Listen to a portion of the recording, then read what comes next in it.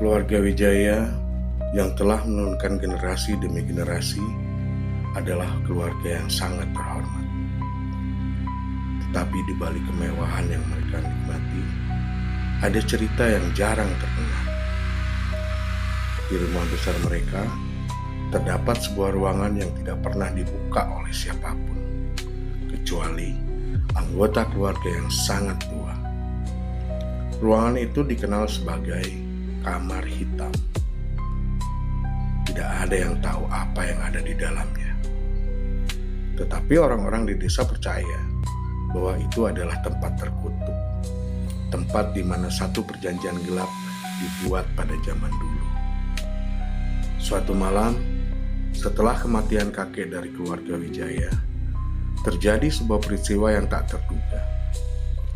Seluruh keluarga berkumpul di rumah besar itu untuk menghadiri pembacaan wasiat yang telah disiapkan oleh kakek mereka.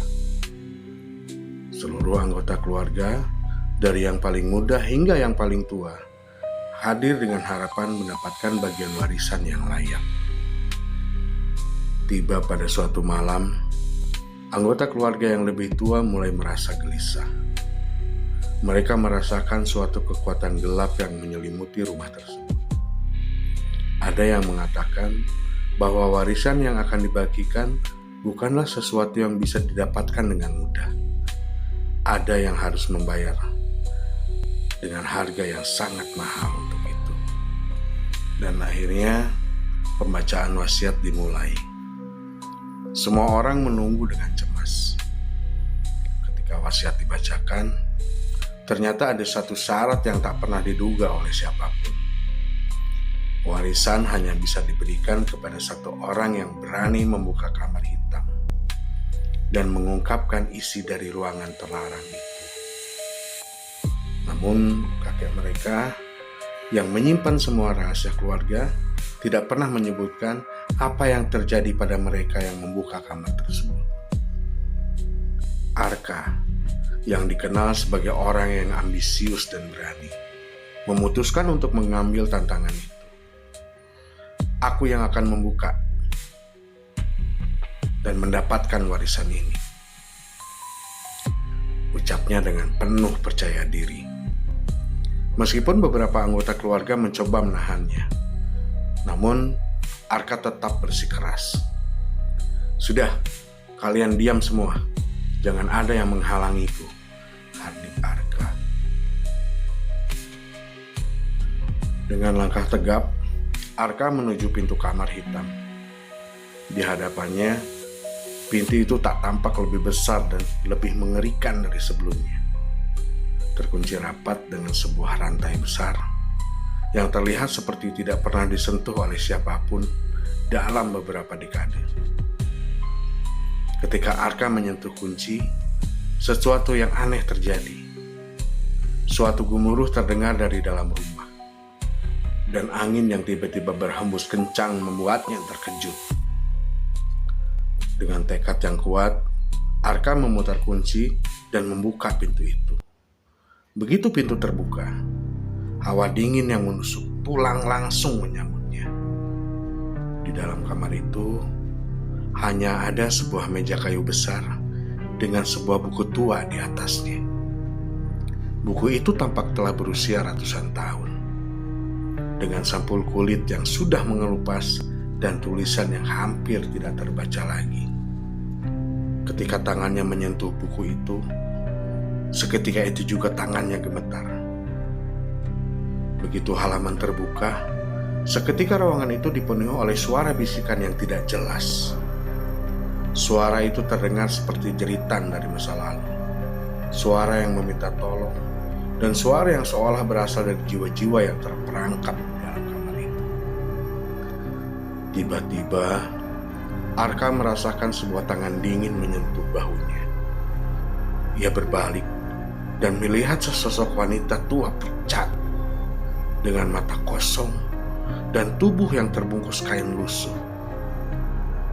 "Apa yang kau lakukan di sini?" Suara wanita itu terdengar lirih, namun sangat jelas. Arka terkejut dan hampir jatuh. Namun, Sebelum ia bisa menjawab, wanita itu menghilang begitu saja, meninggalkan hawa dingin yang semakin menusuk. Dan Arka melanjutkan membaca. Dia menemukan bahwa buku itu berisi catatan tentang perjanjian yang dilakukan oleh leluhur keluarga Wijaya. Ternyata pada zaman dulu, keluarga ini memiliki kekayaan yang luar biasa. Namun kekayaan itu diperoleh dengan mengorbankan jiwa-jiwa mereka. Setiap generasi harus membayar harga dengan darah. Dan kamar itu adalah tempat di mana roh-roh terkutuk terperangkap.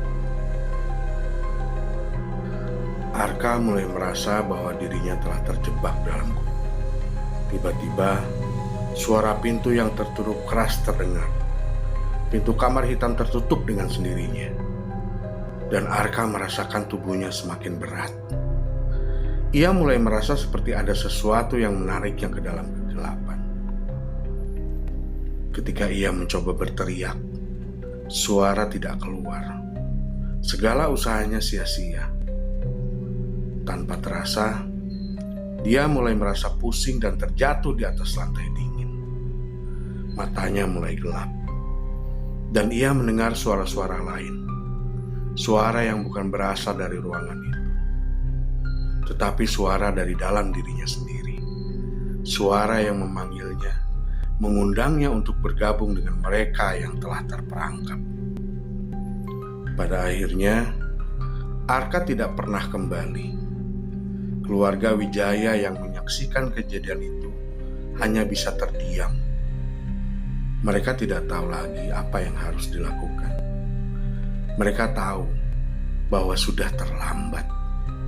Warisan itu telah merenggut lebih dari satu jiwa, dari generasi ke generasi. Namun, mereka juga tahu bahwa kutukan itu akan terus berlanjut, menunggu orang berikutnya yang berani menantang takdir. Rumah besar keluarga Wijaya kini kosong. Kamar hitam tetap terkunci.